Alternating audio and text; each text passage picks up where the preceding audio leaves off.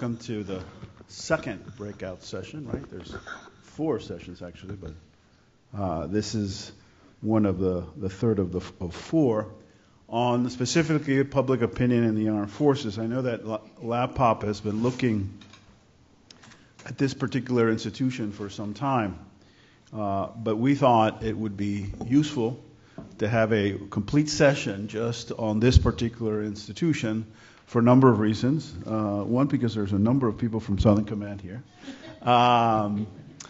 But 2, because I'm interested in it too. But 3, also, I think that although the military is an institution that people like Orlando study quite a bit, I don't think from the public opinion side, I think there hasn't been as much work as there should be. So I'm very pleased and gratified that LAPOP has once again devoted some time and some resources to polling this particular institution. And of course, we have a superb lineup here to both talk a little bit about the data. Orlando and Miguel have papers that, by the way, Miguel asked me, we will be posting the PowerPoint presentations and these papers on the LAC website. And we will do so soon. So if you're interested, look for it on our website, and it'll be posted here in the next couple of weeks. Let me start with our first of 2 presenters, Orlando Pérez, who is an Associate Dean of the School of Humanities and Social Sciences at I have Miller, but it's Millersville University, right, Orlando? The most important part of his bio that is not in what I have in front of me is that he's a graduate of FIU. So welcome back, Orlando. He has been writing quite a bit on political culture in Central America, particularly Panama, and on security and defense issues in the Western Hemisphere, particularly in Central America. And he's been very much a part of what I would call the LAPOP team and the AmericasBarometer survey. So Orlando, thank you for joining us. Next to him, of course, as many people know, is my colleague, a research director at LAC, José Miguel Cruz, who's also very much a part of the LAPOP team, LAPOP mafia, we could call it. And he has for many years now conducted several survey-based research projects on political behavior, on criminal violence, on gangs, and human rights. He is really one of the people who has a very intimate, sort of deep understanding of the issue of gangs and violence in Central America, and it's a pleasure to have him on board. Then next to him, or I should say, not quite next to him, but one removed, is my colleague from the Politics and International Relations Department, Félix Martín. He is not in the program, I'm sorry to say. General Surrieta fell sick, and he was not able to travel. But my good colleague was more than happy to do all the work, come prepared within 24 hours. So thank you so much, Félix. As I mentioned, he's Associate Professor in the Department of Politics and International Relations here at FIU. He has a PhD from Columbia University and has written quite a bit on issues of war and peace and the military in the Western Hemisphere. And he continues to work on these issues as they relates to development and other related issues. And thank you again, Félix, for joining us. And then last but certainly not least, our good colleague, Brian Fonseca, who is the Director of Operations at the Applied Research Center here at FIU. He leads the management team, and, well, he does a lot of things for ARC. But he's really been working on the military for a very long time. He is responsible for those country studies on, how many countries did you do? 26. 26 countries that are still very much part of the literature that many of us, both in the academic and in the policy world, still read and are very much and are available now actually in our LAC website if you're interested in. He has authored numerous professional academic publications as I said, on strategic culture, which he did with a number of our colleagues here in FIU and other places. And I'm just delighted to have Brian as part of the LAC team.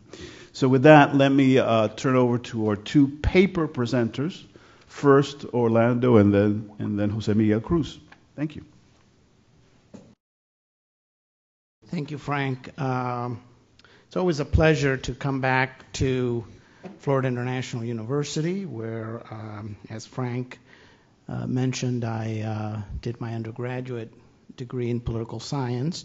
Eduardo Gamarra was a professor of mine, and he is telling everybody that I was his first student, probably the first student that went on to get a PhD at his alma mater at Pittsburgh. So there's a lot of connections there. That's where I met Mitch Seligson. I'm a LAPOP lifer, basically. I think that other than Mitch Seligson, I am probably I've been involved with the project the oldest in terms of being involved with the project. He obviously devised it, but I was a young, impressionable, didn't know what I was getting into graduate student at Pittsburgh when I first got involved in LAPOP and the Americas Barometer, even before it was LAPOP and the Americas Barometer. I want to thank Frank for the invitation. I want to thank Miguel Cruz, who has worked with me on the LAPOP survey for many years, also for the invitation, and Brian and Félix for being our discussants. We were supposed to have a general on the podium, but maybe Félix will agree to be called General Martín. I was his student. He acts like a general. All right, good. And so I was asked to do a paper and a presentation on the armed forces and public opinion, and I've been working on civil-military relations for a little while, focused mostly on Central America and post-conflict Central America, using some of the Americas Barometer data. And so what I'm going to do is I'm going to look at particularly a variable, the variable of trust in the armed forces, and this is part of the institutional trust series on the questionnaire, what we call the B series. And there's a particular question that asks about trust in the armed forces. And so I'm going to, first of all, lay out a little bit of some literature background, not too much, but just a little bit in terms of placing this kind of research, which is not very common in the civil-military relations literature, in looking at public opinion. In other words, in looking at how the mass public views the military, and I'm going to make a case that that relationship and that perspective, I think, is important and instructive in understanding civil-military relations. I'm then going to spend some time looking at aggregate data on this variable of trust in the armed forces, looking at the determinants of trust, what are the factors that help explain people's level of trust in the armed forces, and then finally I'm going to look at two variables which are related, although not directly, on the trust in the armed forces, in the national armed forces. Fortunately for us, and fortunately for Southcom, for example, the 2014 survey, and also the 2012, although I'm going to focus mostly on the 2014 survey, asked a number of questions about attitudes toward the U.S. armed forces, towards the U.S. military in the region. And two questions that I'm going to focus particularly on are a question that relates to the extent to which people trust the U.S. military, and we use the same metric scale that we use for the other institutional measures, a 1 to 7 scale. And then another question that asks about cooperation with the U.S. military. So trust in the U.S. military and then cooperation with the U.S. military. So just very quickly, and there's the bottom is being cut off, so I don't, it's the projector? Okay, so I apologize for that. But just very quickly, I'm not I'm not analyzing all of the countries in the data set. I'm looking at 16 countries which have conventional military forces. And here you have the one that's left out is Argentina. And I apologize to the Argentinians for leaving, for not showing. I know that's very traumatic if there are any Argentinians here that they're left out, but they're at the bottom there, not on purpose. All right. So 16 countries, mostly Mexico, Central America, and South America, and then one Caribbean country, the Dominican Republic. So when you look at the aggregate means that I'm going to present to you, keep in mind that I'm not looking at the 27 or 28 countries that form the broader data. I'm looking at 16 countries that represent the core of Latin America and the Caribbean, the Spanish-speaking Latin America and Caribbean, and that have conventional military forces. So I'm excluding, Haiti certainly, but I'm excluding Panama, Costa Rica, which don't have conventional military forces. So in general, what most of the literature on civil-military relations focuses on are institutional relationships between the armed forces and other branches of the government, other state institutions, the presidency, the Congress, etc. So if you look at the work of David P. Berlin, or you look at the work of Sam Huntington, or some of the classic works on civil-military relations, a lot of it is focused on this institutional relationship. Or conversely, people like Janowitz and others focus on the sociological makeup of the armed forces. So who is a soldier, and are there characteristics that distinguish a soldier from the rest of the population in terms of education, in terms of attitudes, in terms of socio-demographic background, right?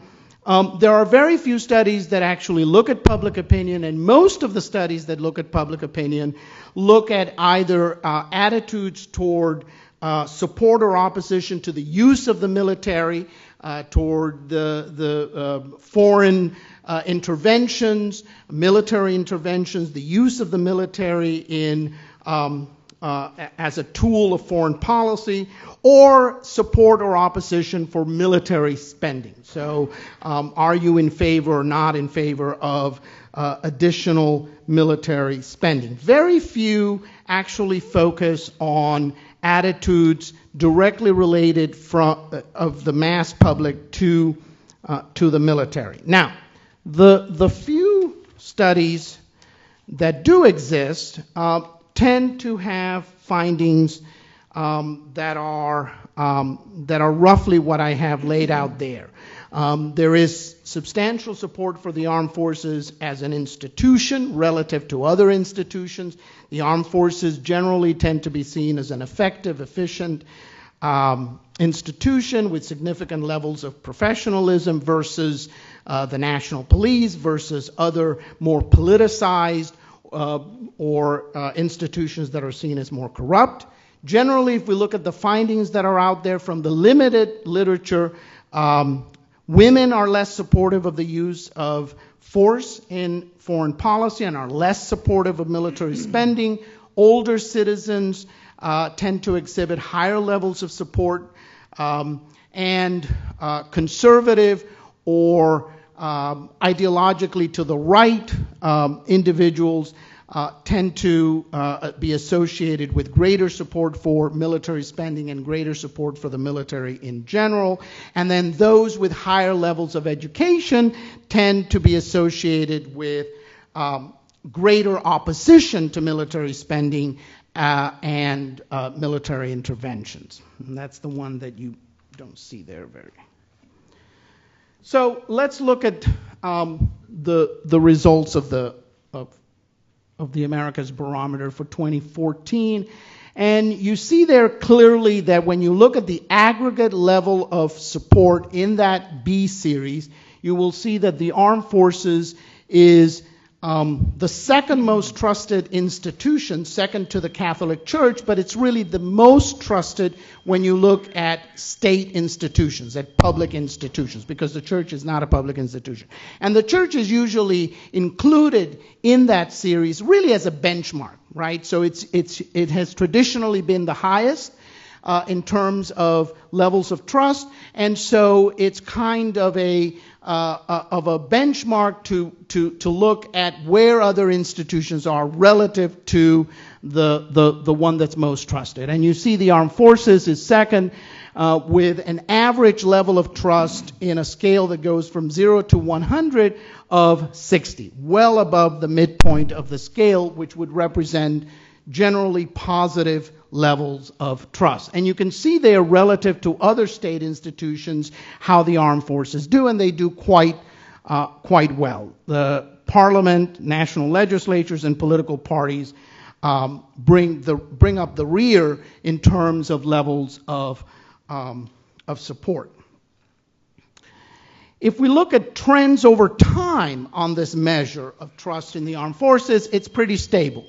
There's an uptick, and here I'm using 2008 to 2014, not 2004, because the countries that I'm looking at were not included in the Americas Barometer as such in 2004 and 2006. Some were not. So if we're looking at the same number of countries, for the same pooled sample that I'm looking at, the 16 countries, we would start at 2008.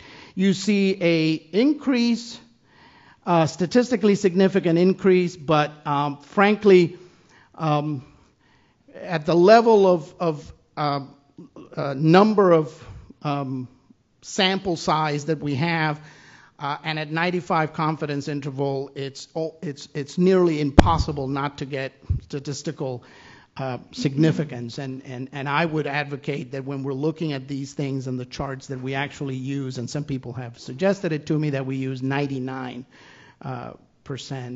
confidence intervals, because it's better at discerning actual statistical significance. But based on 95 confidence interval, there was an increase in 2008, 2010, but then fairly steady.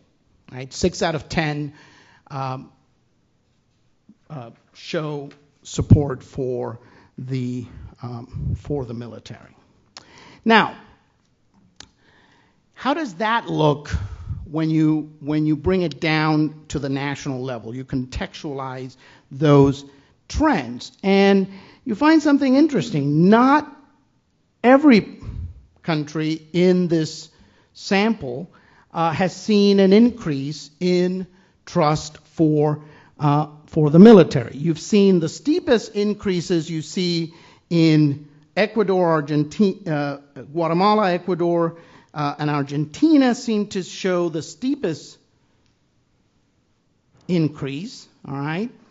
And then Venezuela, the Dominican Republic, and Brazil show the steepest decline in terms of trust in the military. So while trust as an aggregate matter has remained fairly steady and high, it doesn't really, it is not the same for every country. So for example, Colombia, which was discussed at the last panel, and we see Miguel here, we see a slight decrease, or a decrease, which actually does seem, if you take a look, because this chart also has the confidence intervals, that actually looks to be significant. It's a slight decline, but it does seem to be significant. And what you see there is the trend in the measure, right? If you look at individual years or individual rounds, it may go up and down. But what you're seeing there is the general trend from 2008 to 2012. Now, and I'm sad that we can't see Venezuela because that's an interesting data point there. So, you know, when we're looking at security issues and when we're looking at the effects of trust in the military, right, one of the questions that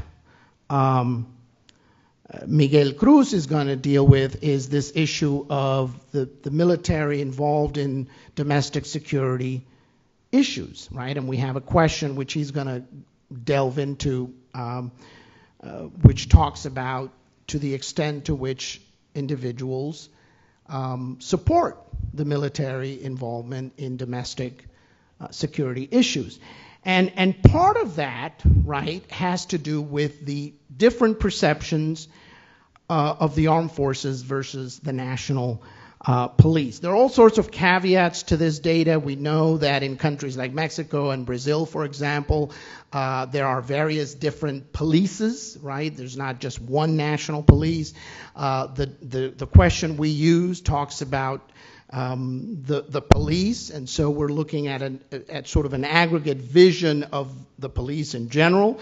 But in almost every country, with the exception of Chile and Uruguay, and those are two interesting results, the armed forces are clearly more trusted than the police. Ecuador shows the highest level of trust in the military.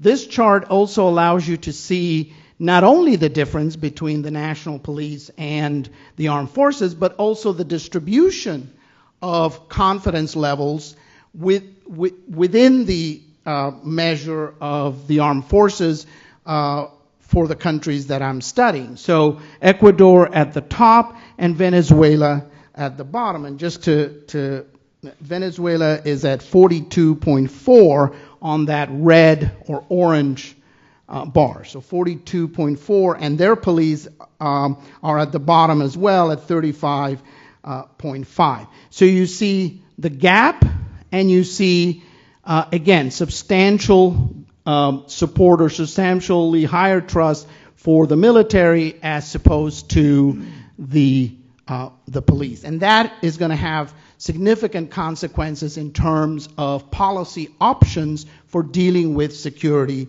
issues. And of course, we know that increasingly countries are relying on the military to assist the police or to replace the police in many cases related to fighting crime and violence and security problems.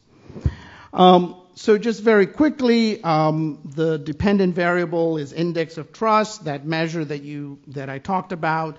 And I use a number of different independent variables, socioeconomic, as well as attitudinal variables to look at the determinants or the factors that help explain why people or who has greater trust in the military. So we generally in the Americas Barometer and LAPUP we use a sort of graphic way of looking at a regression analysis.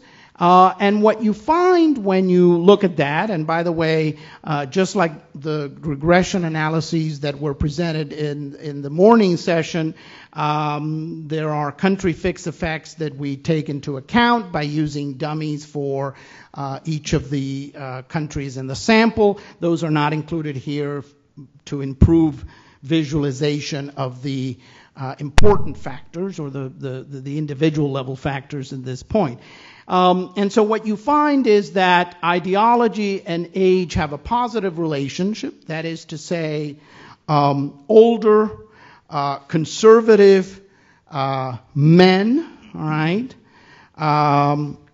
less educated, okay, are more trusting of the military, and then presidential job approval a question about whether government improves security and satisfaction with democracy are associated positively, as those measures improve support or trust for the military increase. So we have, again, older, less educated men tend to have greater trust, and those individuals whose perception of regime performance indicators, which I would call these three here, regime performance indicators, those who believe that the regime is doing better on those measures are also going to trust some more. I'm going to go very quickly through some bivariate relationships of these variables so you can actually see the relationship between trust and these variables. Okay? And again, some of it is fairly simple in terms of looking at that relationship, right? So here are the demographic factors, right? So again, less educated have greater trust, males have greater trust, and the difference, as you see from the confidence interval, are significant. And then levels of education, you see that pretty steady until you get to the oldest cohort at above 66, and that's when you see the key increase. If we look at ideology, right, you see here, this is the predicted values of trust in the armed forces along an ideological spectrum of left to right, and you see again the increase, right, the expected values as ideology increases, which is what we expect from the regression analysis. However, when you break this down by country, you find something very curious. If you look, for most countries, even countries that are that have been labeled as leftist, like Ecuador and Nicaragua, for example, or Bolivia, there's either no difference between the right and the left, and most people have high or low levels of trust, or the right is still slightly more trusting. But look at Venezuela, right? Venezuela is kind of the exception that proves the rule, right, in terms of how ideology affects trust in the military. In Venezuela, you find that the left is significantly more trusting of the military than the right. And that, of course, reflects, what has been going on in Venezuela since 1999, right? The politicization of the military as a tool of the regime rather than as a national institution. Even in Nicaragua, right, you do not see that stark difference. Okay? So ideology is important. The right is more supportive of the military. However, context matters. And if you look at a country, for example, like Venezuela, the left seems to be more trusting. Trust in the armed forces increases as satisfaction with democracy increase. Again, satisfaction with democracy is a regime performance indicator, right? Trust in the armed forces decreases as insecurity increases, right? So as perception of insecurity increases, trust in the armed forces decreases. Perception of insecurity, again, is a regime performance indicator, right? So if you feel more insecure, that means that the state is not providing security. And since the armed forces are intimately involved in many countries in providing that security, at least assisting the police in providing security, if you feel insecure, that's a reflection of the failure of the military to do that. But Miguel Cruz is going to talk more about that.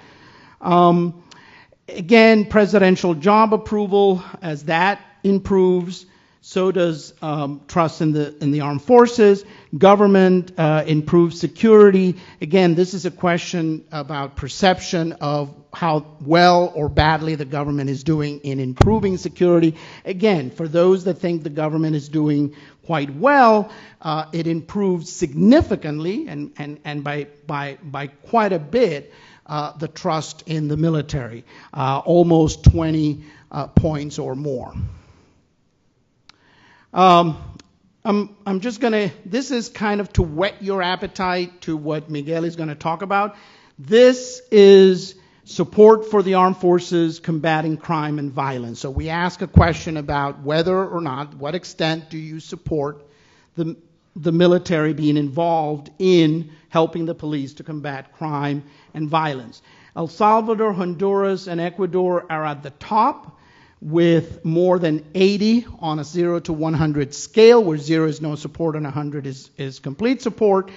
Argentina, Uruguay, and Chile are at the bottom. These are countries where, in fact, the constitutional and the organic military law prohibits militaries from actually being involved in domestic security, and where they have intermediary security forces, gendarmeries or carabineros in the case of Chile. But even there, right, the mean is above 50. So it means that even there, the support is positive. There is a majority of people who support the use of the military, even when, in fact, it is constitutionally and legally prohibited.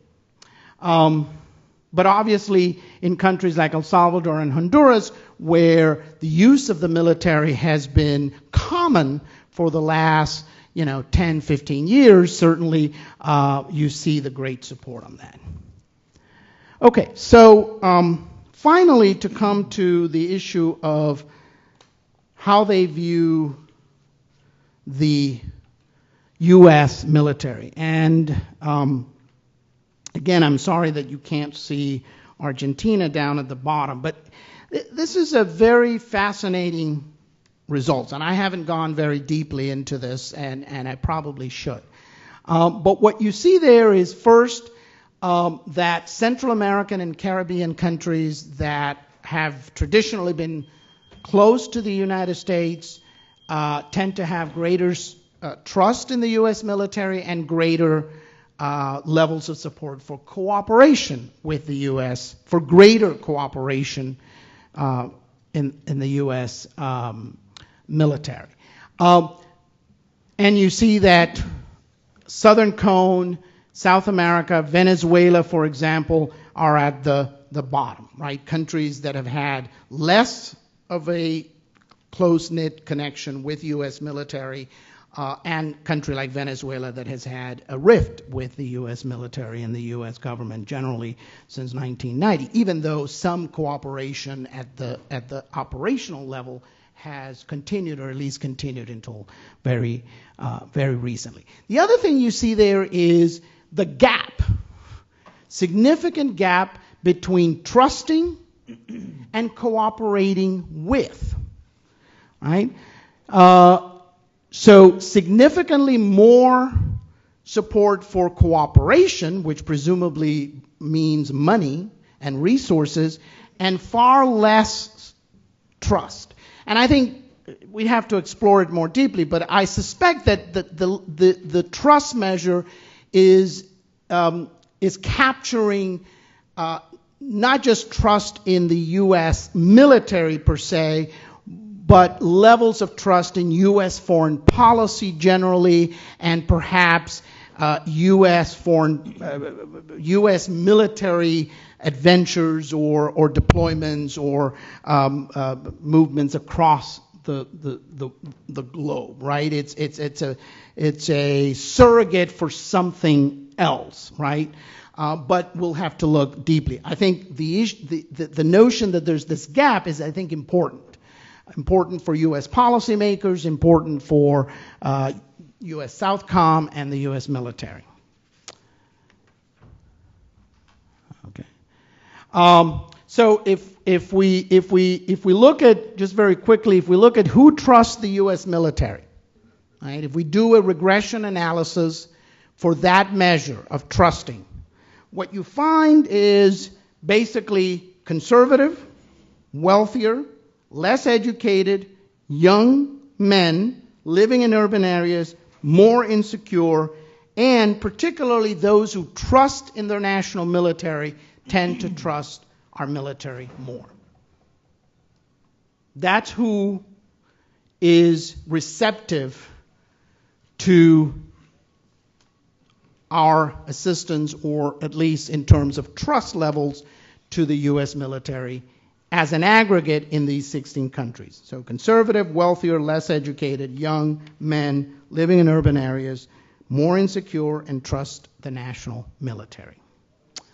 So to conclude, okay, what does this all tell us, and why should we care, right?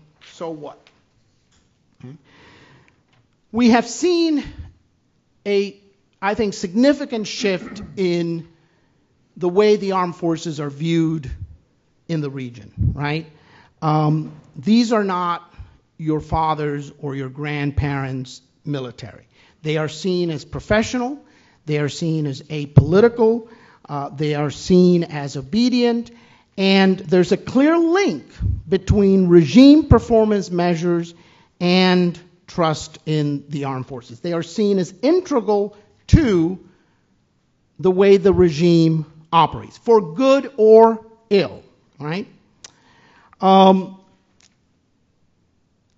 The right, conservatives continue to have greater trust, but context does matter.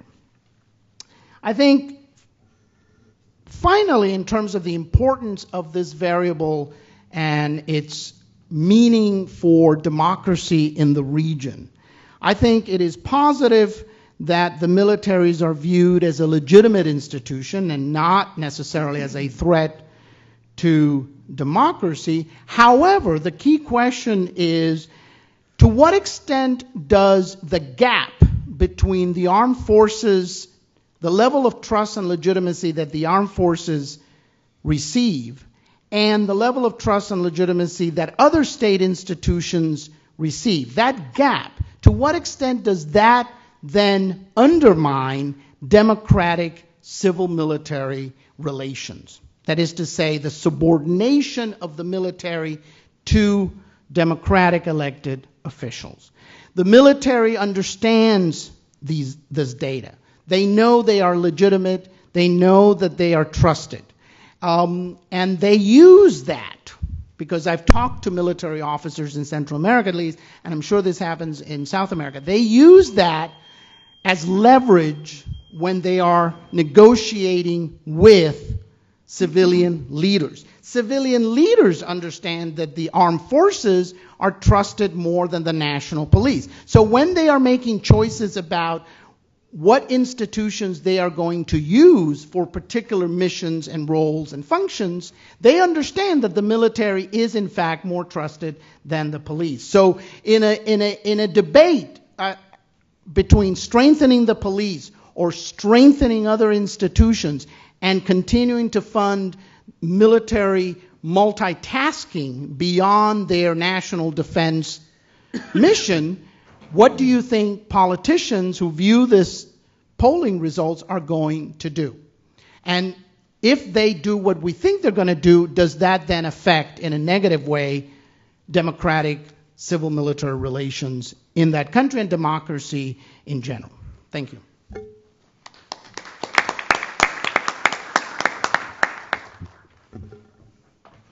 Okay, good afternoon again, and thank you again to all of you for attending this conference.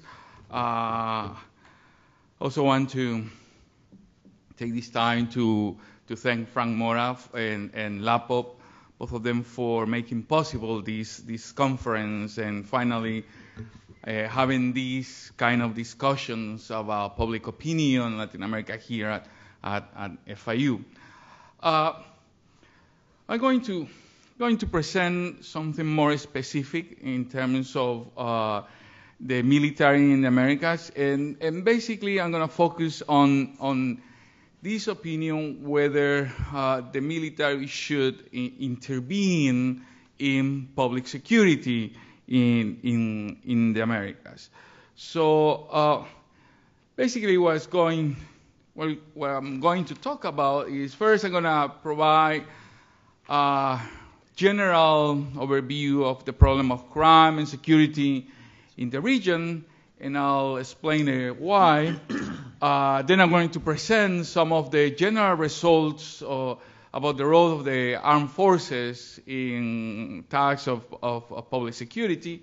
And most of my presentation will focus on trying to respond to this question: why the support for that role? I mean, that has been part of the discussion, especially in many countries in Central America and the Caribbean that are going through high levels of violence, right? And why people now is turning to the armed forces to combat crime, to fight criminal violence, to fight drug traffickers, taking into account not long ago past of participation of the armed forces in political matters in Latin America, and then I'll provide some conclusions about what we can draw from the data. So, as you all know, just to give you a general context about the problem of violence in Latin America, violence is not a new phenomenon in Latin America, despite what usually is said. Right? Usually said that crime has just exploded and is now under control. But actually, when we see the data about crime, about violence, maybe violence in general, but also crime to some extent, data show that this is not a new phenomenon, and that these levels of crime for many years have been linked to political instability, internal wars, and obviously crime itself. And also, and here's one of my points, I think one of the things that the data basically reveal in this way is that there are different patterns of violence in Latin America in the last 50 years. So if we look at the homicide rates, you all know the homicide rates in the region with Central America and Venezuela at the top, and most of the southern countries are at the bottom. I'm sorry that certainly we cannot see the last two countries, but I have the U.S. here, and then Chile with the lowest levels of homicide rates in Latin America. And the important thing about this is basically this breakdown, in which we can see how different has been Latin America in terms of violence. Obviously, here we are basically mixing a lot of causes, conditions that lead to violence. But if you take a look to this data, basically these years before the civil wars, especially in Central America, or the political instability in Central America, what it's showing is that way before this period, or a lot of political instability, for instance, in the case of Central America already, in Mexico already have high levels of violence, of crime. Whereas the Southern Cone, and this is what is interesting, the Southern Cone has been quite peaceful, even during the hard days of the military dictatorships. So what we have, there are three different stories of violence in the region, right? If we break down by Central America, the Andes, and the Southern Cone. And this is important just because when we see the data about the support for the role of the military in public security, basically they follow sort of this same pattern for the current period. So here are some perceptions of insecurity in different countries, and in all countries what we have is this trend in the last 10 years in which perception of security seemed to be going down, but then we have an uptick here in 2014.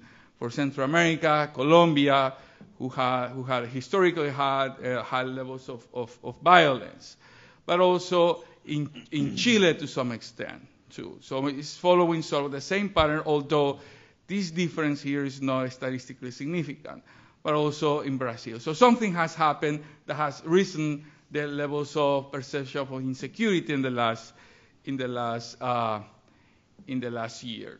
So Orlando already showed some of this data. I just wanted to show a little bit more data about, whether the armed forces should combat crime, could intervening in crime. And as you can see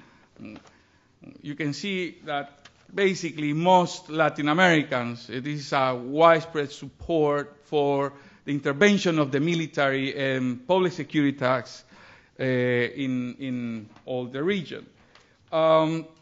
Now, there are important differences, though. If we compare what we have in 2014, and this is the regional average in a scale from 0 to 100. So if we compare that regional average from what we got in 2012, what we see is that support, although is very high, is still very high, and very generalized, has gone down a bit. Has gone down a bit that it's statistically significant. Okay. But it's more interesting even to see it by country. Here you have the breakdown by country in terms of support for the participation of the military.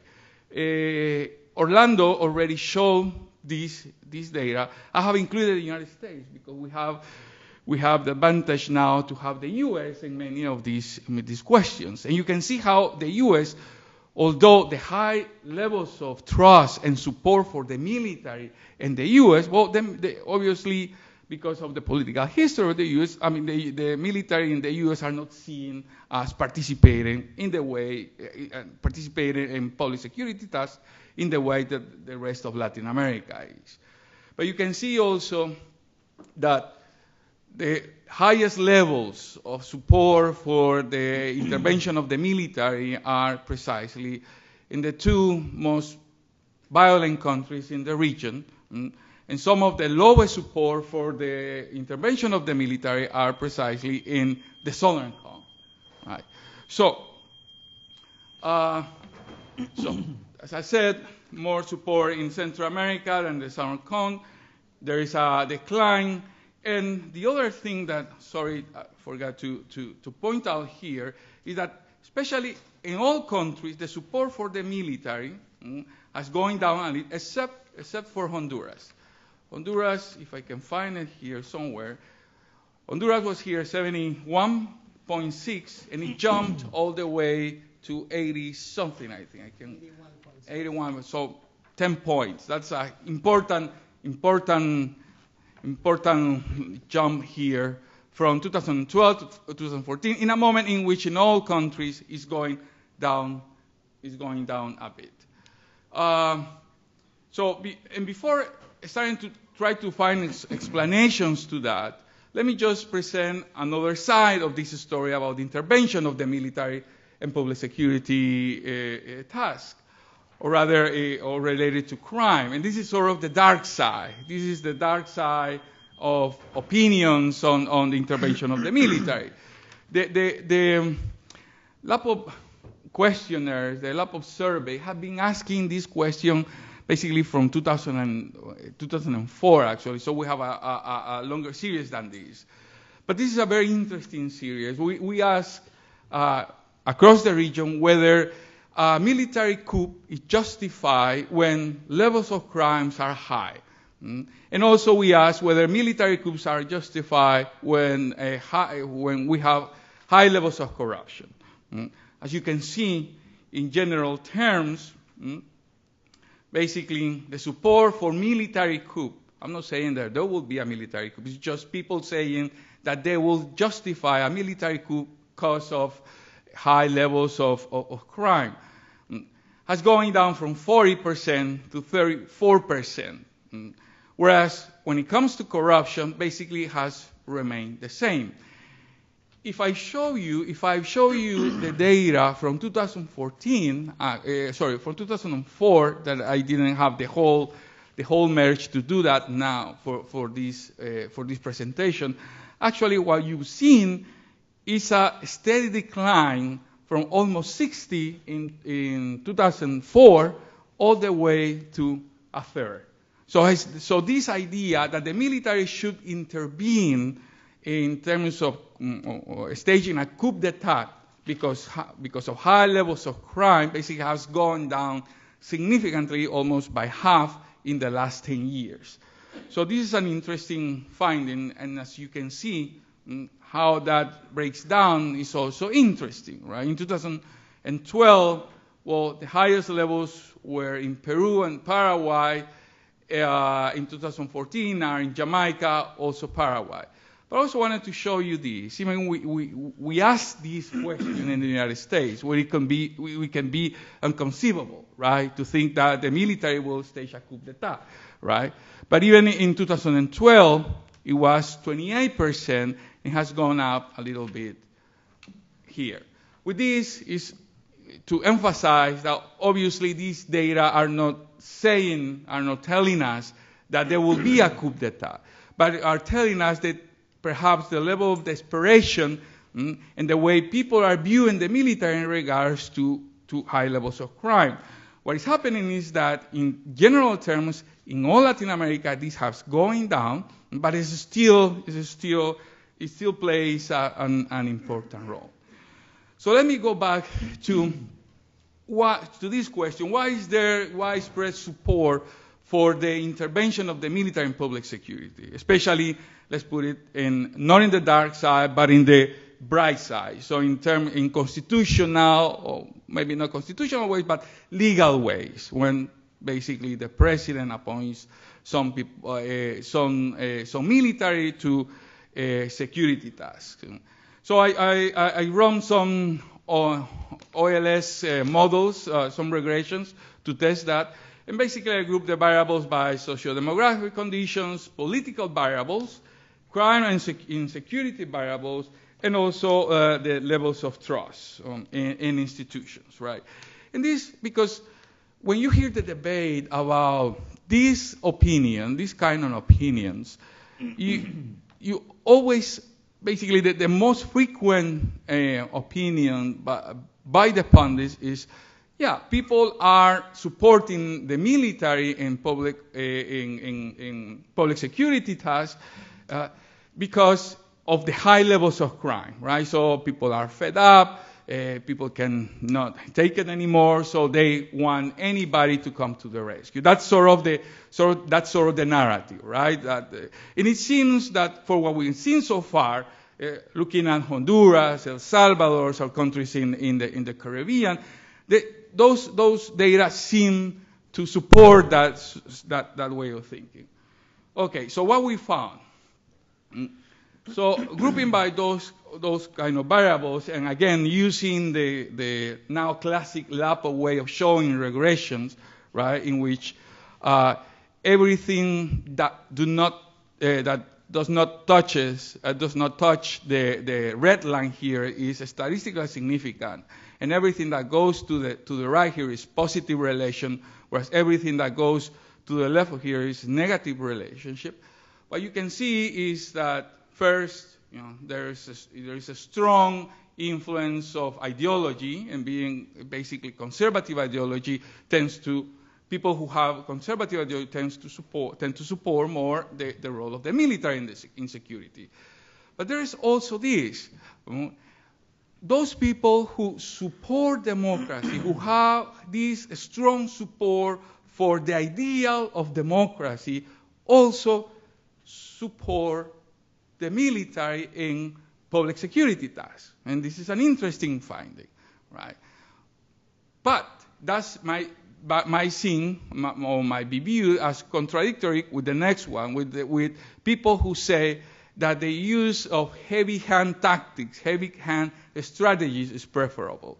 So those people who think that the government has to use, mano dura, the government has to use sort of draconian ways to approach violence, are also people who support the role of the military.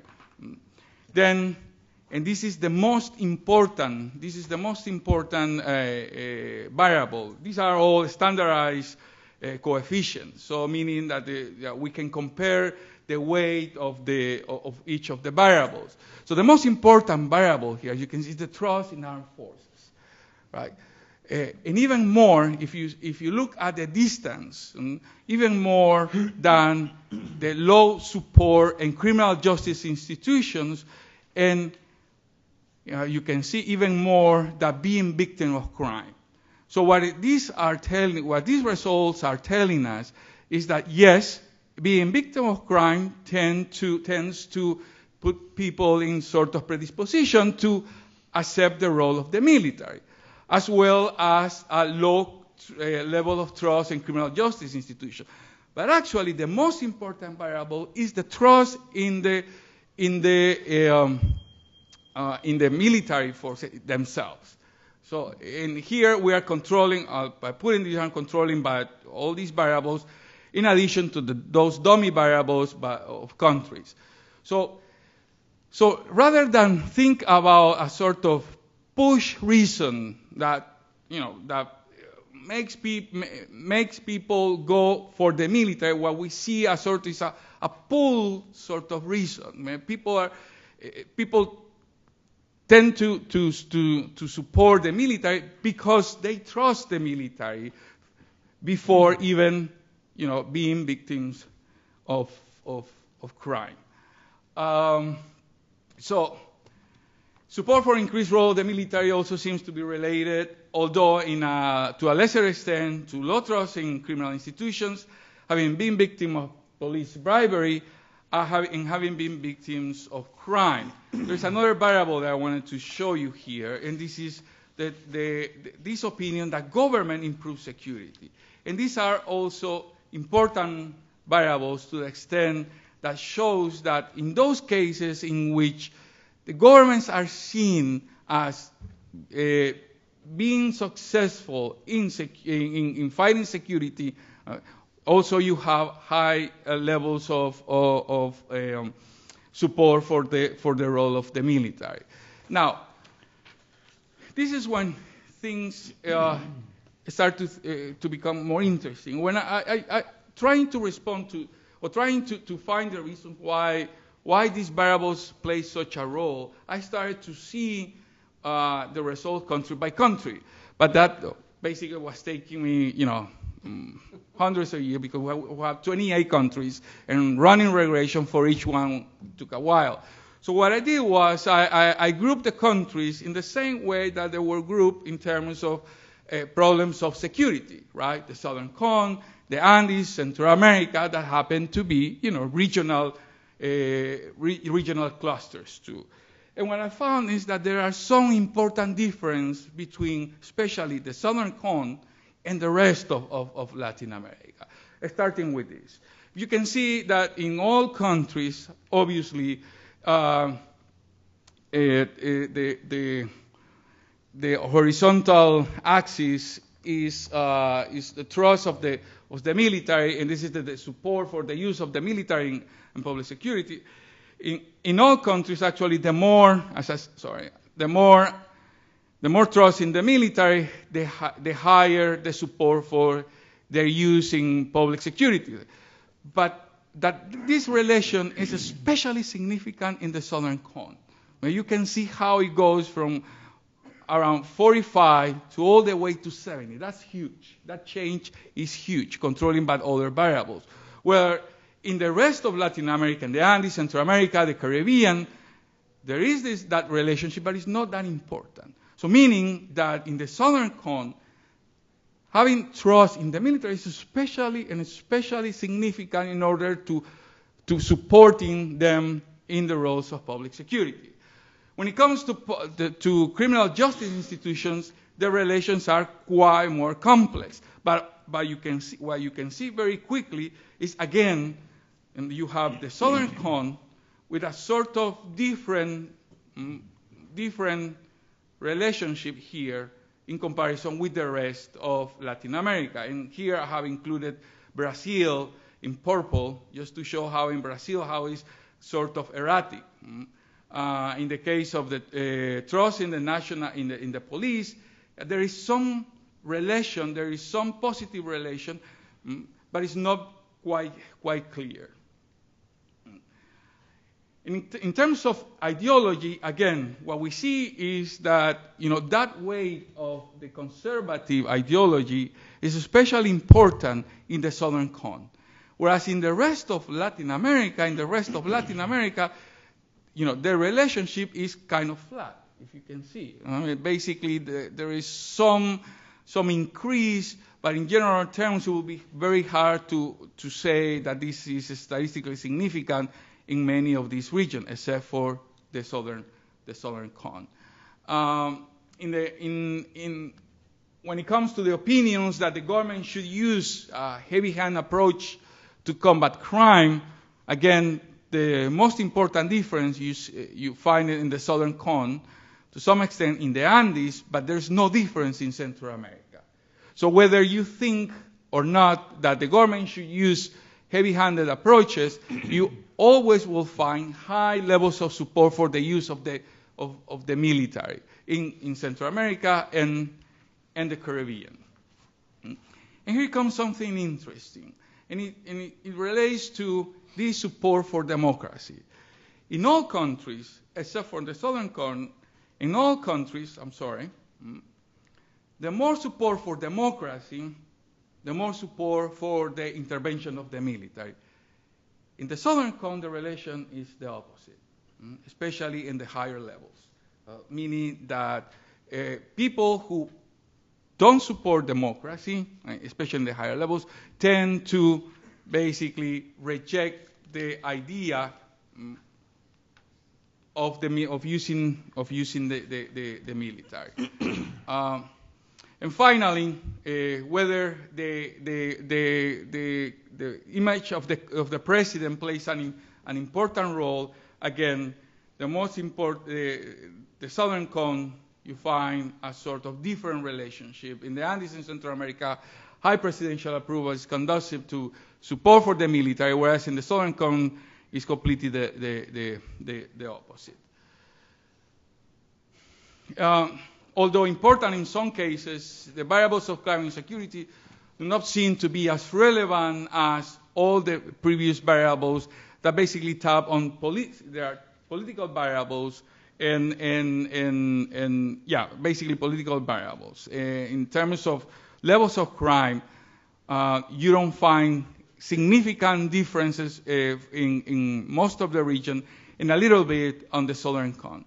So basically what is showing this in general is that this idea that the military should play a role in public security doesn't seem too much driven, at least according to this data, too much driven by crime and violence themselves as they are, but by these notions of institution, by these levels of trust in some institutions, especially in the military.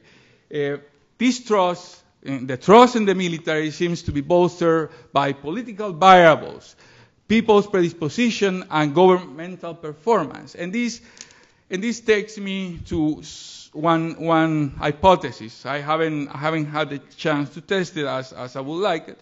But one of these hypotheses is that in many of these countries in which you find high support for the military and high levels of trust in the military, these are results of basically a strong effort from the governments to bolster the image of their military, and that effort basically takes the military to be in another level in comparison with other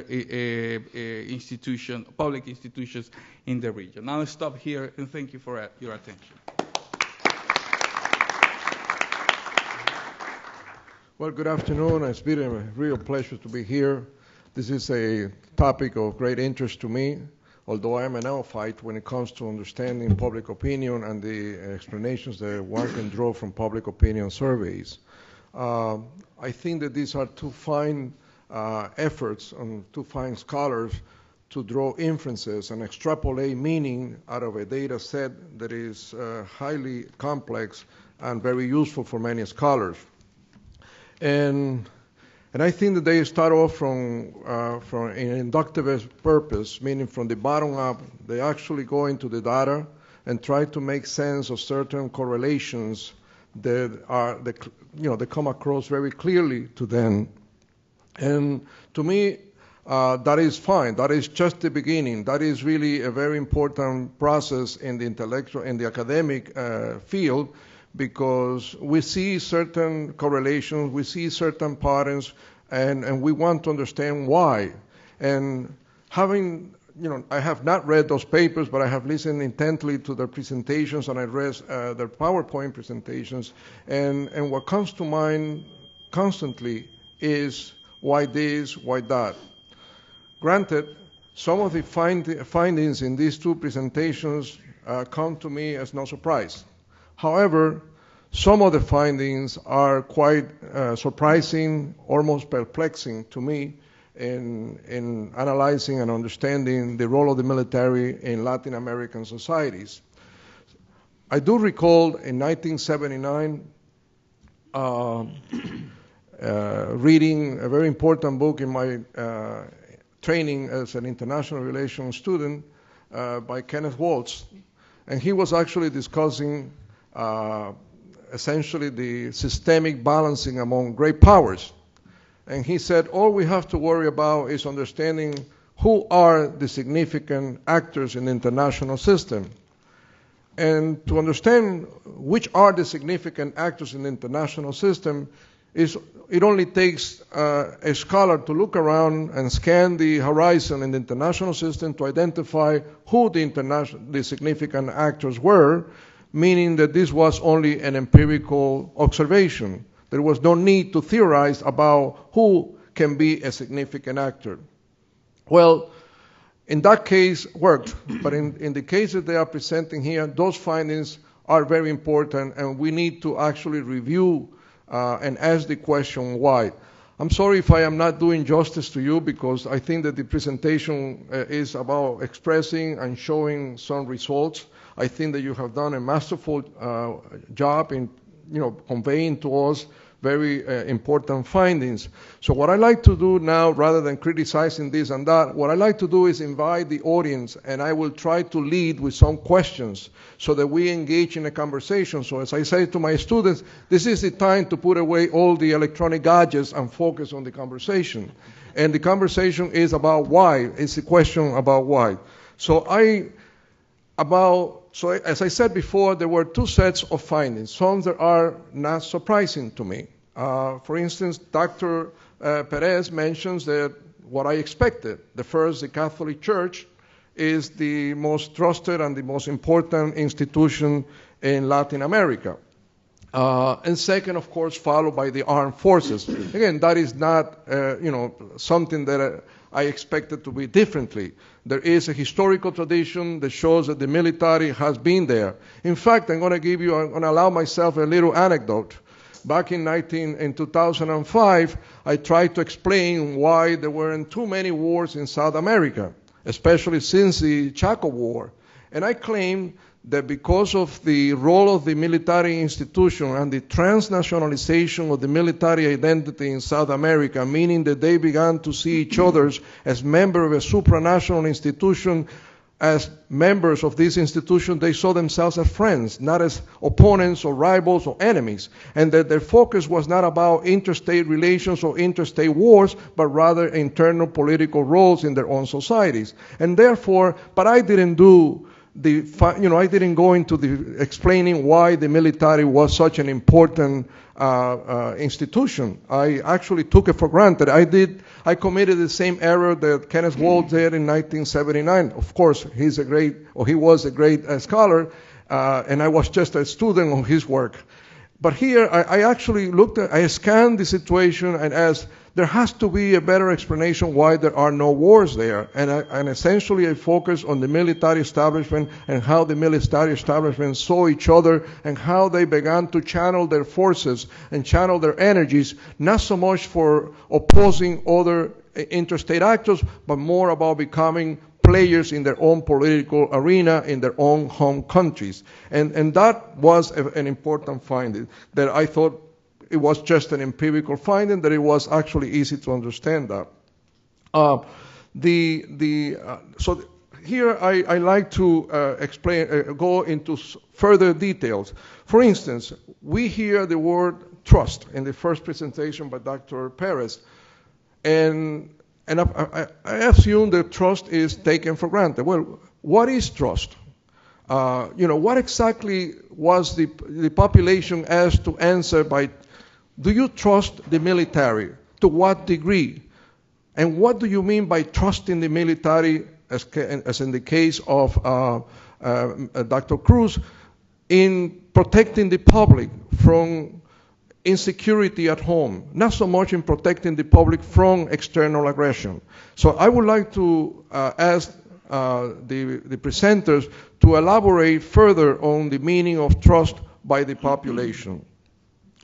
Second, I'd like to understand clearly if the population was ever asked if they needed a strong military establishment in their countries.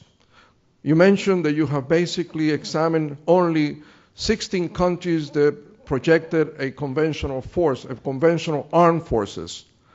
And to me, I have always asked the question, do the Latin American people really want to have the kind of armed forces that drain their resources, that drain their national budgets? And I wonder if that was covered in the survey.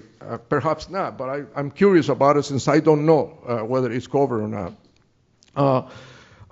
Also, it is important a surprising finding to me was seeing specifically how Argentina have actually, let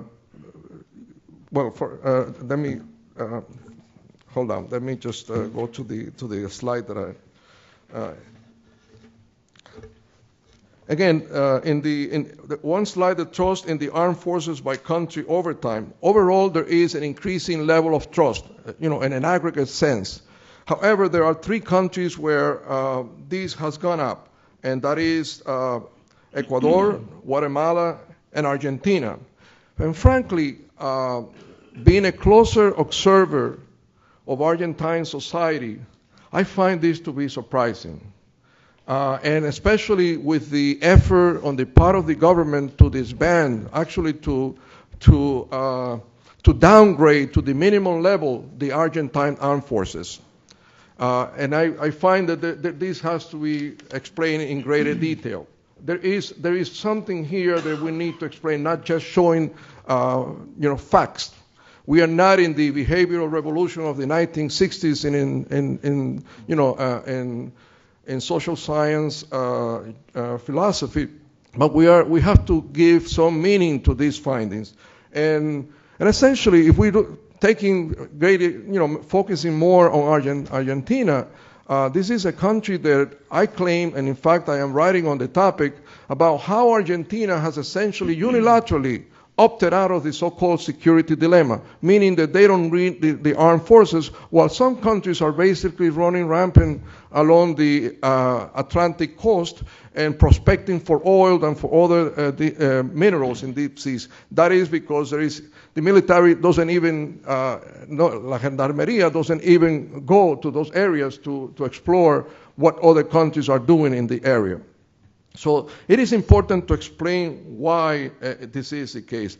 Other findings about Venezuela, and these are all expected findings, in my opinion. Pardon me, but I have to. Again, so then I like to kind of focus a little bit more.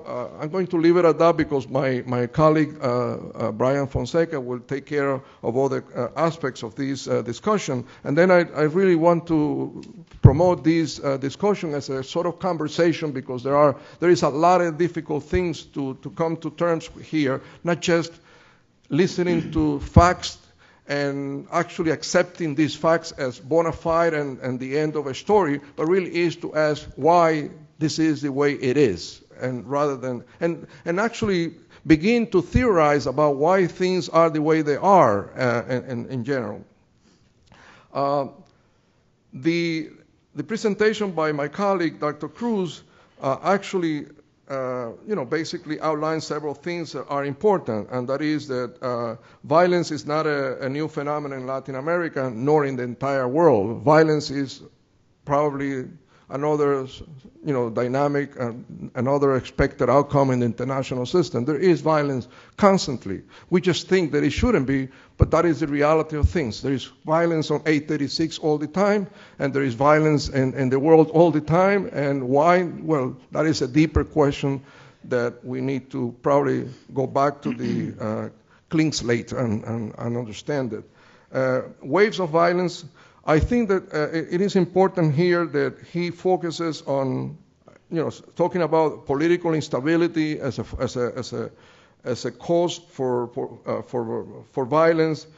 He mentions internal wars, and granted, this was not his focus, but it's important that we understand what he means by internal wars. Is it internal to the region? Is it internal? Are we talking about civil wars, revolutions? Or what do we have in mind in terms? Crime is a cancer in all of Latin America, especially urban crimes in the city, and of course this is a form. And are we equating all of these same forms of violence in the same way? Obviously, killing people, doing bodily harm to others is already a form of violence, but there is differing intentions, there are different implications of the kind of violence that we use, so we have to refine these in terms of simply saying, well, there is different forms of violences and there are waves of violences.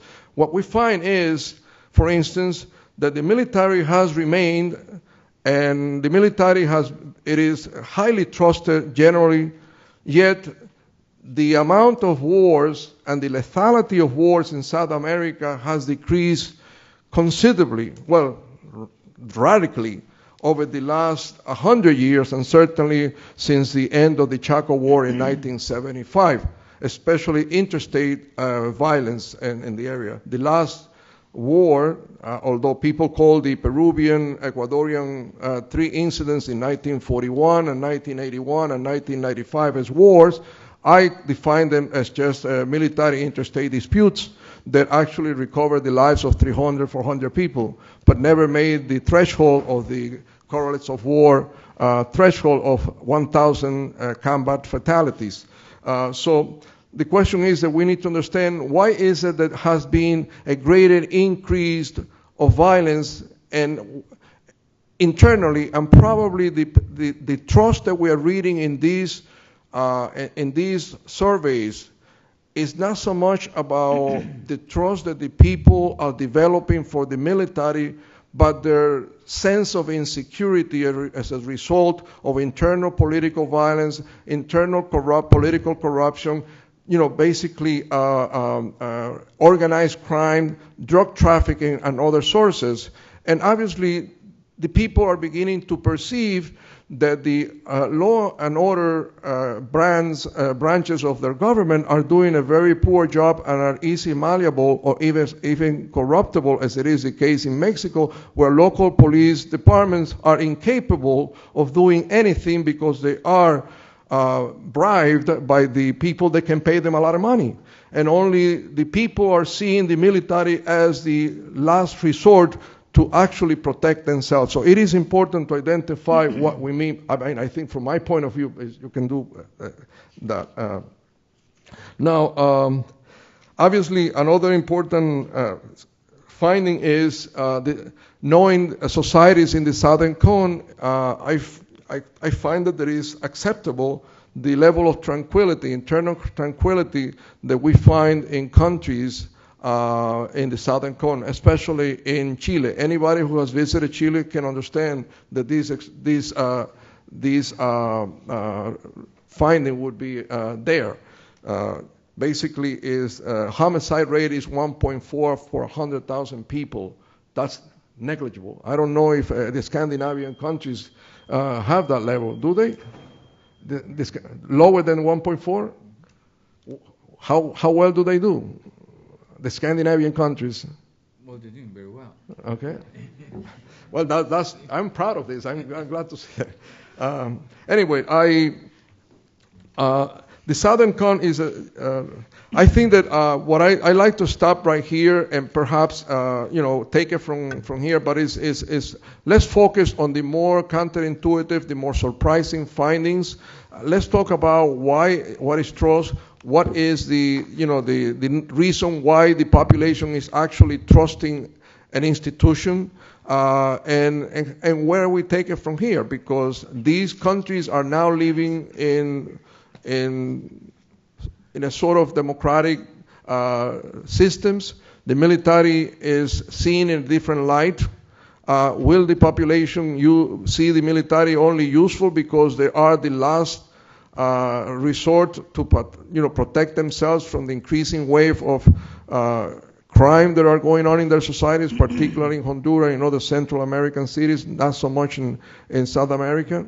And these findings really invite us to a very healthy and lively and dynamic discussion about the military and the people in Latin America. Thank you. I do want to make just a few observations. And first off, I just want to congratulate Dr. Pérez and Dr. Cruz. I think their presentations and the data was phenomenal. I mean, it's the data, right? So it's what we can argue and what we can discuss is really the sort of qualitative assessment of the data. But the data is the data, right? These are the results. One thing so my first observation really, and it kind of goes to what Dr. Cruz was concluding with, and I'm going to disagree slightly. I think that crime and violence does have an important effect on the levels of trust that we're seeing. And the reason for that is because I think that the results indicate that the rest of the state is failing, right? That the institutions that have been given the authority to address and fill the economic, the political, and the security spaces, because those institutions that got that have received that authority, or given that authority, the judicial system, right, where trust is low, legislative bodies, which trust is low, the police, which the trust is low, because those institutions are failing to, again, provide the social, the economic, the security requirements of the state, it's essentially provided the space for the trust in the military, which has been absent, which is not being attributed with having the authority over that space, right?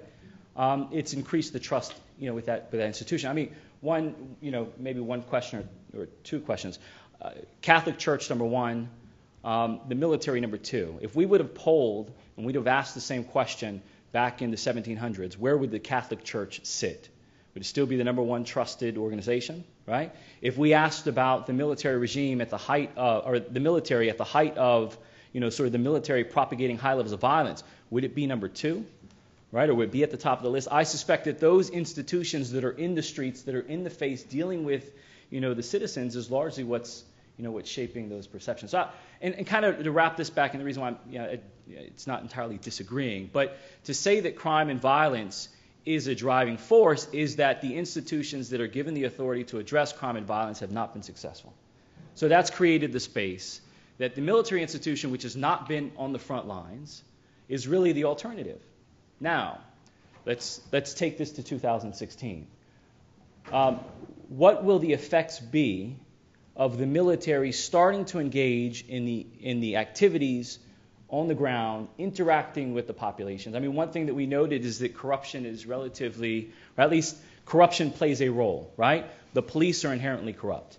And it's because police are taking bribes on the streets, in uniform on a day-to-day basis. Let me assure you that there is corruption in the military, right? There is corruption in the military. But that is not seeding into the day-to-day engagement that's taking place on the streets. put the military in the streets, have them patrolling, give it some time in order to shape and affect the perceptions of the citizens, and you may find a different scenario. So I'm really interested in looking at 2016 data when we've had a few years of the military in the streets in certain countries, right? And I kind of explored that when I started looking at the data earlier this week. And then, someone said, well, look at Mexico. Mexico's been in the military's been in the streets since, 2006, 7 timeframe, right? So they have a couple of cycles of polling data in the streets, but yet they're still perceived, highly trustworthy. I didn't have an empirical answer, but my sort of qualitative assessment was that, that's so far on one side of the high levels of violence, right, in which the military can afford to perhaps make some mistakes, which they have in Mexico, right? They can afford to make some mistakes and still be fairly trusted because the environment is so degraded, right? So I wanted to mention that. I wanted to go to the military coup because I found that interesting. And perhaps if you would have raised that in several other countries around the region, we might have had to close the doors, right? And kind of escape that conversation. But you polled on two things: crime and corruption, in terms of variables that would justify a coup. And I'm not throwing this out there as an answer. I don't have an answer, but I have an observation, and that is that I think as crime and insecurity have been realized, maybe that's why you're seeing a decline in acceptance for a military coup under the pretext of high levels of crime, right? Because I thought that was kind of interesting that crime and violence has gotten worse over the last several years, and what you've seen is that the acceptance of a coup in the context of crime and violence is also decreased, right? I mean, that's because citizens are now actually starting to wrestle with the reality of a coup in order to mitigate crime and violence, whereas corruption, and I would argue that corruption has remained very high, but yet I haven't seen a coup. I don't think a coup would occur under those circumstances. But maybe the reason why that perception is so high is because the reality of a coup in that context isn't something that's likely, right? So I don't know how you reconcile that, but I found that to be an interesting observation. The other observation was the difference between trust among South Americans versus trust among Central Americans. I think several of you brought that up. And I've seen this in other data sets, not just with the military, but across the board. It seems that South Americans tend to be distrusting in general. I'm not ascribing a cultural explanation or a historical narrative that's associated with that, but I think there's a pattern there in which South American countries tend to be more distrustful, and Central American countries tend to be more trustful of their institutions across the board. So, but that's an interesting pattern nonetheless, and I wanted to highlight that and get some of your thoughts on that. And then, of course, when you come to the U.S., when you started to explore, both of you started to talk about trust in the U.S. military, and I found that to be interesting as well because, again, consistent with some of the pattern in their trust in their own institutions, South American countries fell shorter than Central American countries in terms of levels of trust. And I wonder how much the sort of links with the United States and Central America versus the links with the United States and South America have to do with at least answering and explaining that. One of the things I found really interesting, and again, it sort of wraps back into my first point about the indication of not state failure, I want to be careful with that, but the indication that states are not controlling the economic, the political, and the security ground, right? Is that you mentioned, I think, in your paper, Dr. Cruz, but the Uruguay and Chile.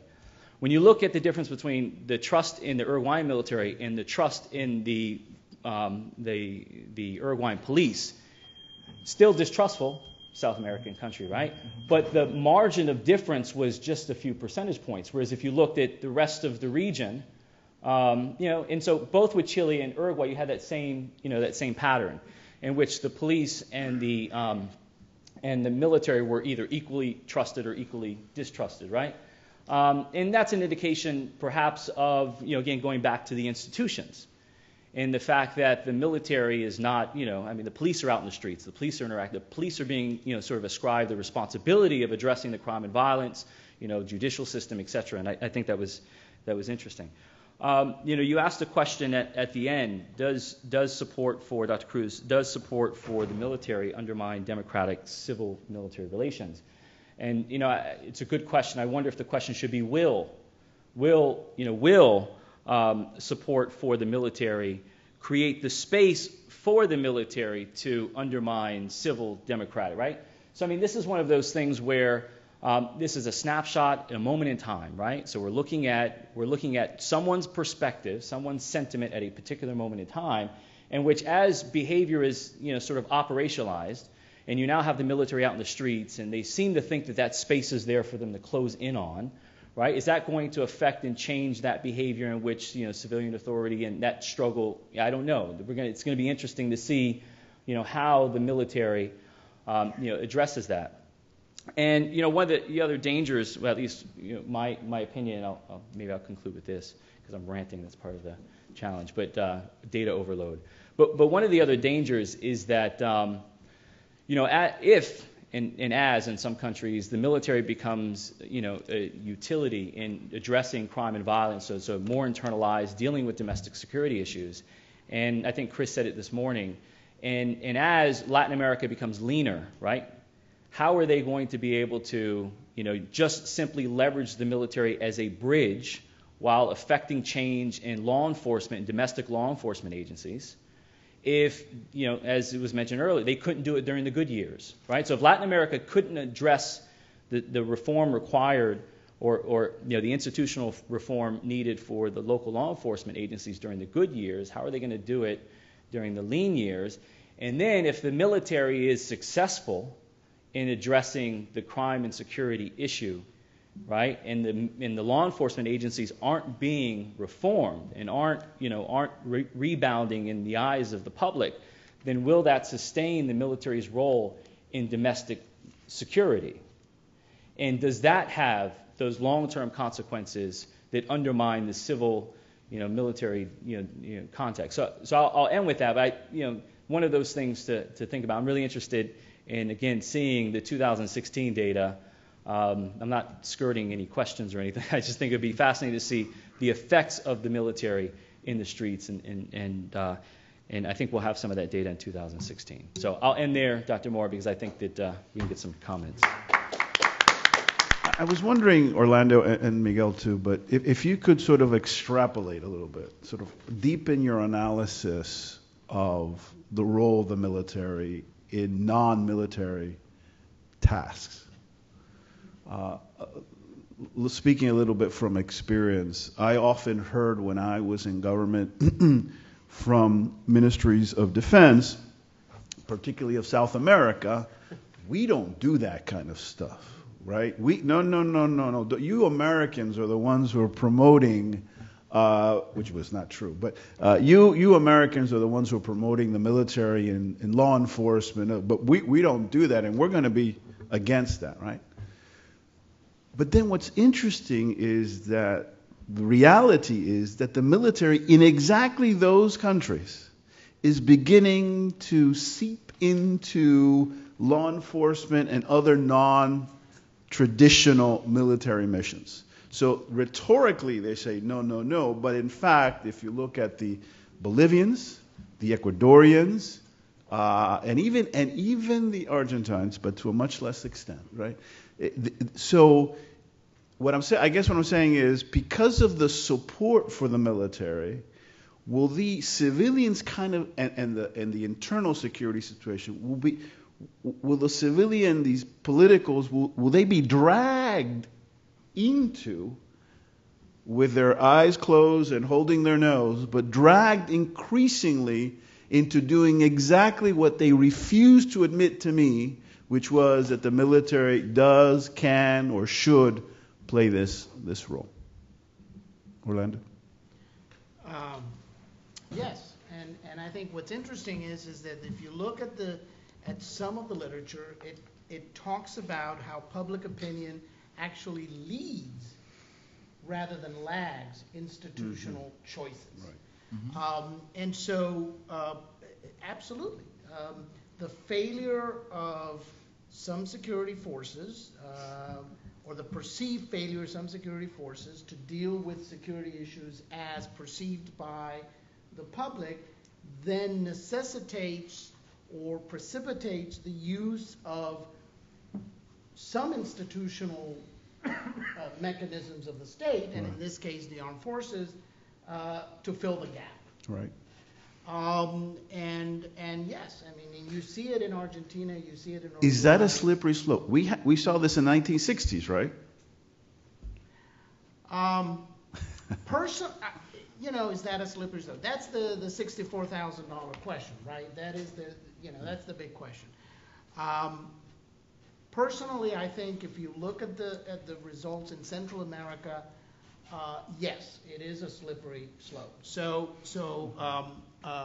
Felix asked, if we ask Latin Americans, if they need a military that takes up all of these resources. Mm-hmm. I mean, I guess if you couch the question in such a way that, if you say, do we need a military that takes 100% of the budget and, represses people, and, they'll say no. But if you ask them, do we need a military, they will say yes.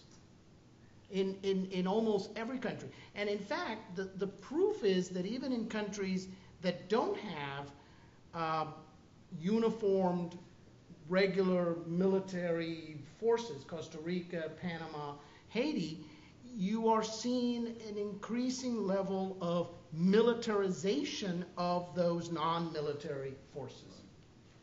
And so even in countries that constitutionally or legally don't have armed forces as we understand them to be, they are increasingly empowering those forces with equipment and training that rivals military. And it's very controversial, but it is happening, and generally it is supported.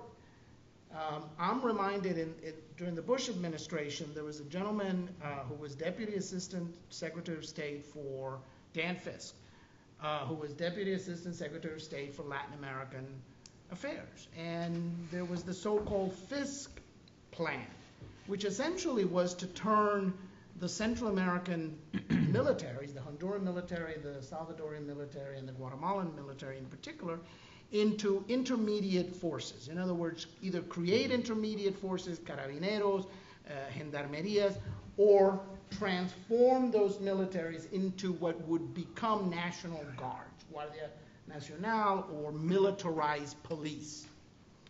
And there was complete rejection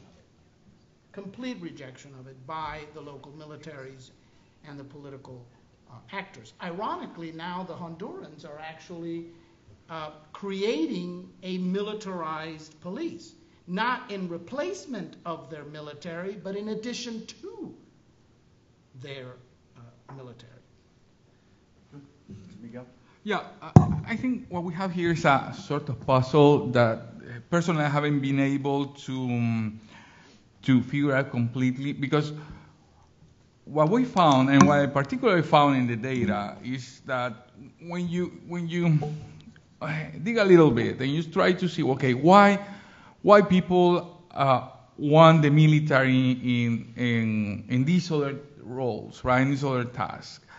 Usually the argument is people want them because they are fed up, because they are desperate, because of the levels of violence, right? That's sort of and you sort of see something of that. But when you control by specifically those variables, people who have been victims or direct victims or who live in insecurity, you don't find the influence of those variables as clearly as the trust itself of the military. So it seems what is first, right? The egg of the hen, right?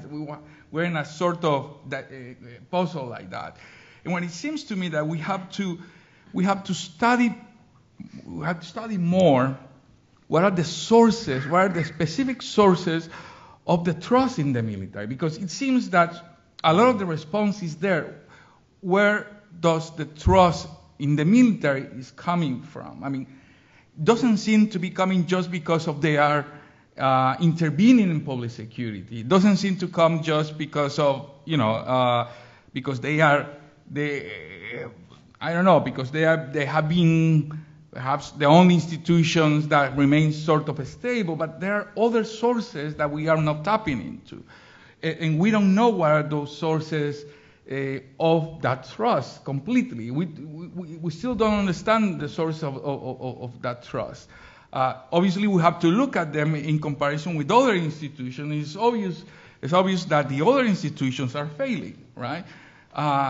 And the military, maybe they have not been tested in their traditional roles in the last year. So that's why, well, the military have not fought a significant war in these countries with an external enemy for many years, right? So that's why they remain.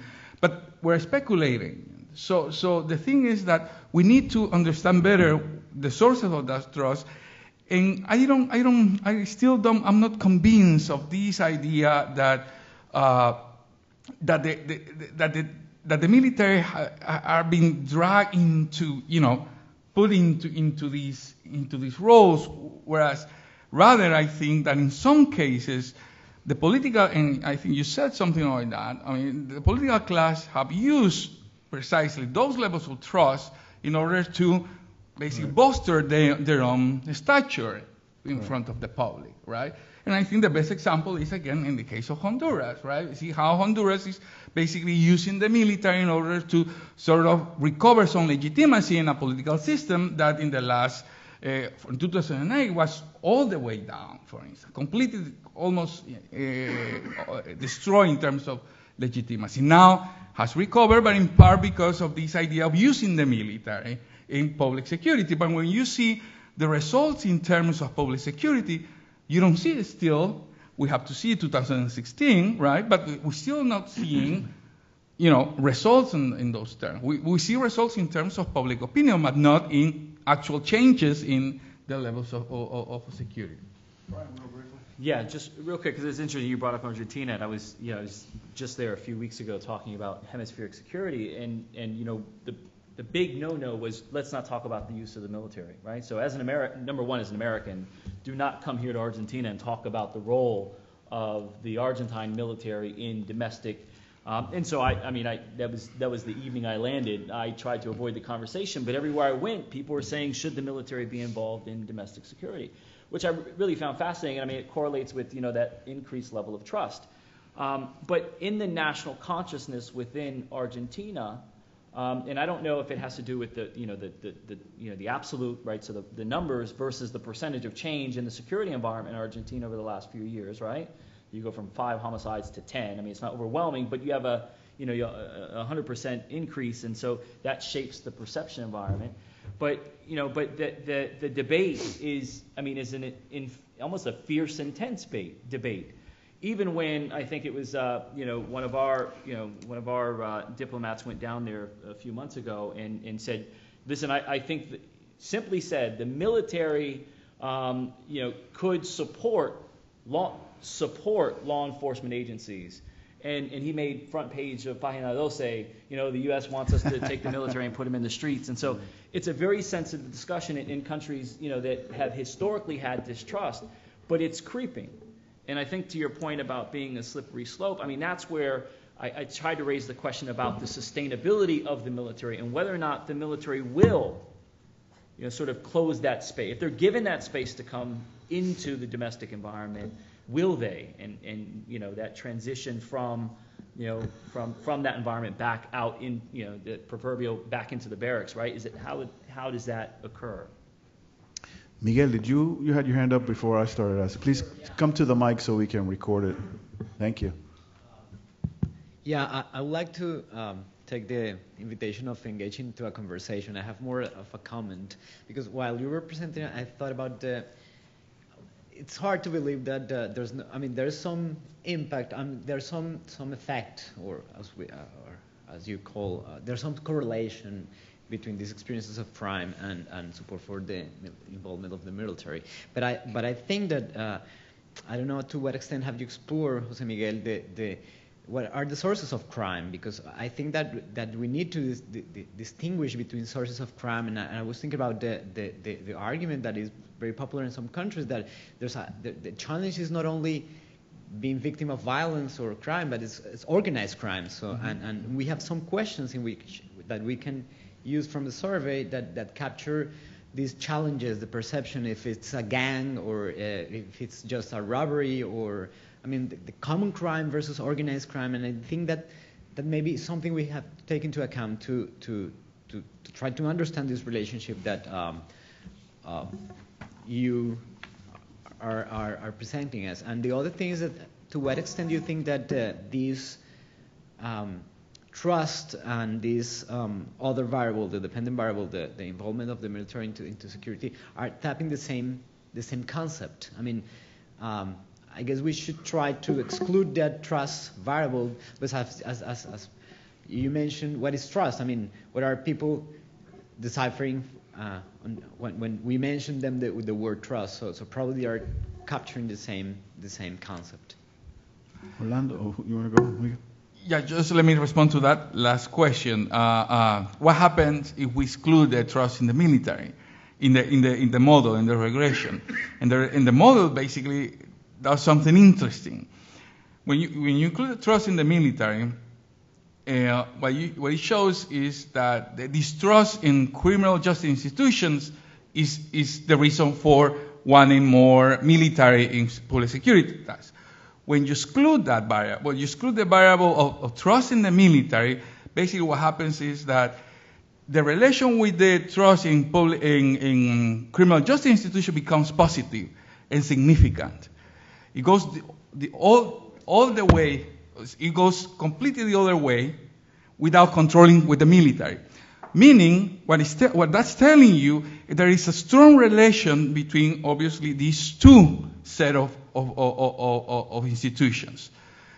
So if we remove the military, so who are the next criminal justice institutions, right? But if we put the military in the equation, criminal justice institutions go bad. So that is telling you that people are evaluating this in terms of, okay, they are looking at the institutions and they're saying, in this case, if we have the military, we see bad the criminal justice institution. If we don't have the military, we will go with the police anyway. We will go with somebody who will respond to the challenge of crime. So that's why I'm talking about this puzzle, because I'm not sure we still have all the variables, all the conditions that can help us to explain why the military are in the position they are in many countries. Just because Felix asked about the trust question, and those of us who work on the survey know this by memory, but the rest of you don't. And so the question is basically, ¿hasta qué punto tiene confianza usted en? And it's measured on a scale of 1 to 7, which is then for purposes of multivariate analysis and display is mathematically reformed to a 0 to 100 scale. So it's basically confianza, and it's part of a very long series in the questionnaire called the B series, which asks about hasta qué punto tiene confianza usted in, I don't know, in some countries it's like maybe 20 different institutions, in others it's less, but it's in part of that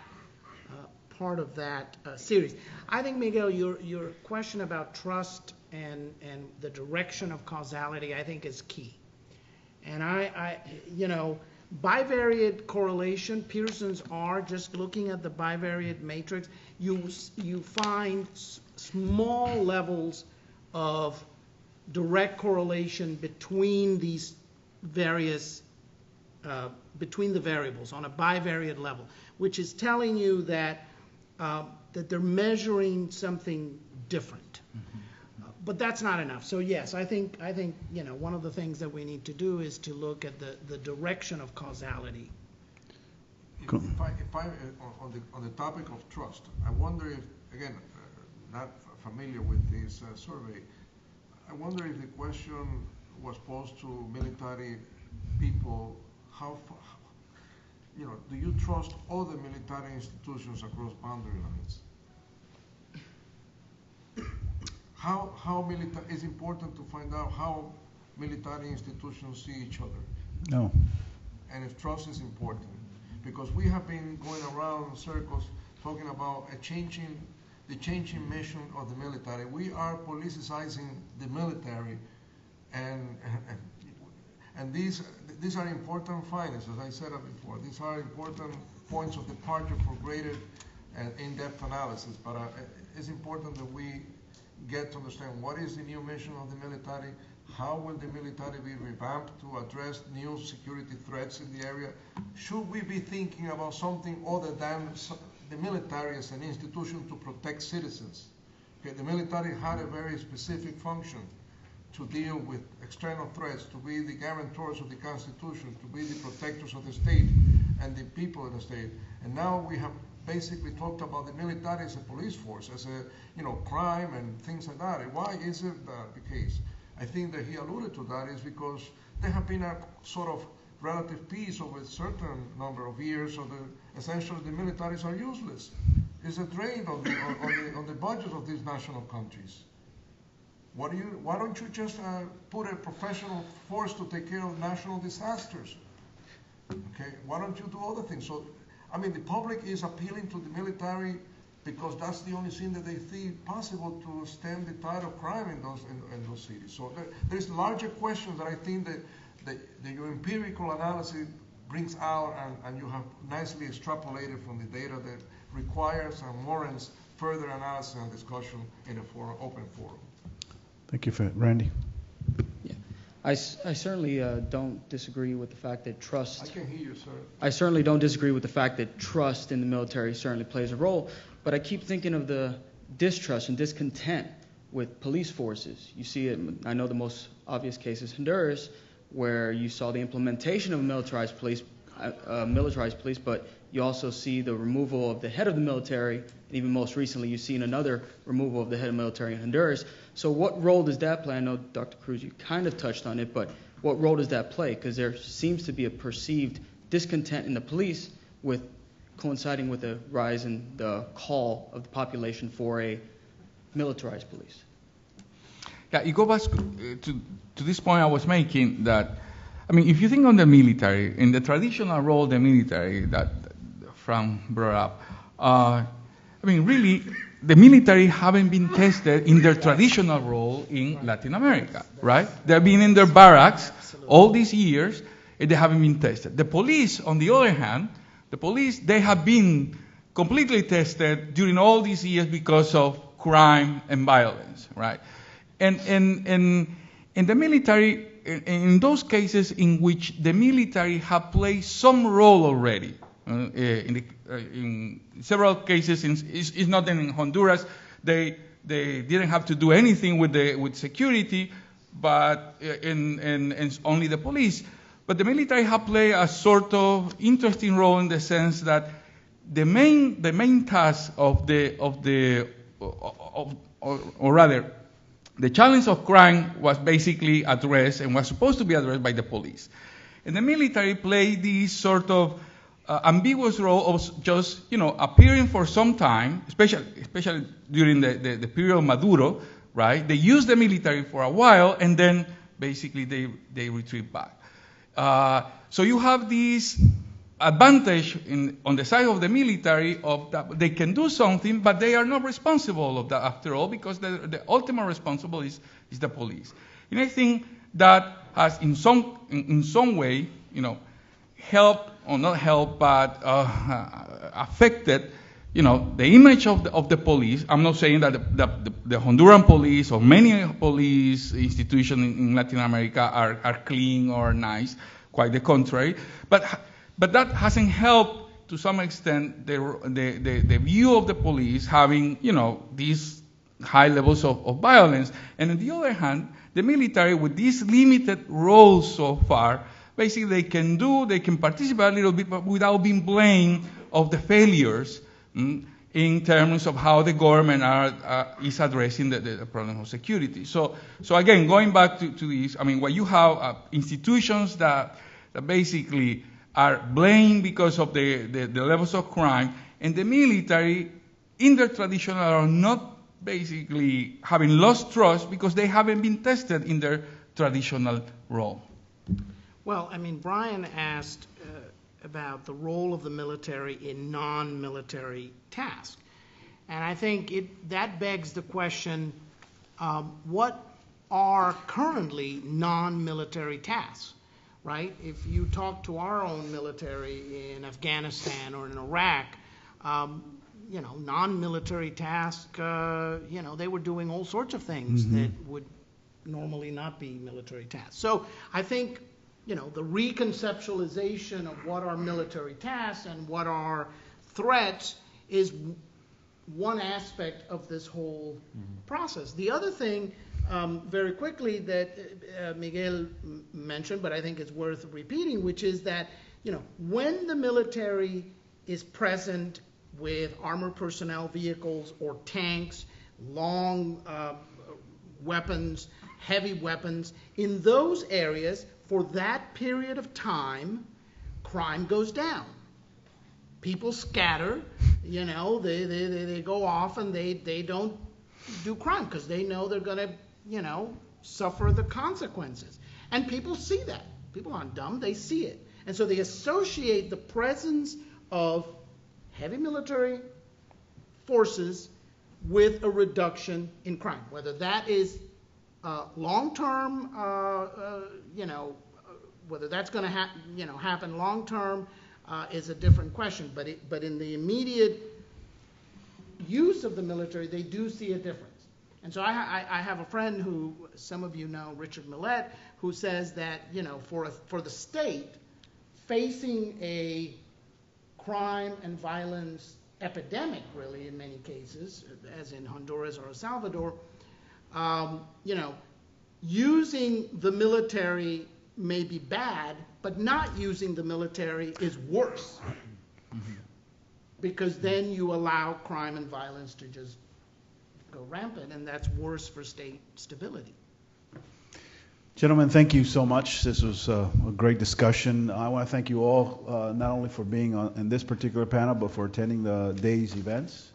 Again, a lot of this will be posted on the LAC website, so check us out whenever you can. And join me in thanking the panel once more.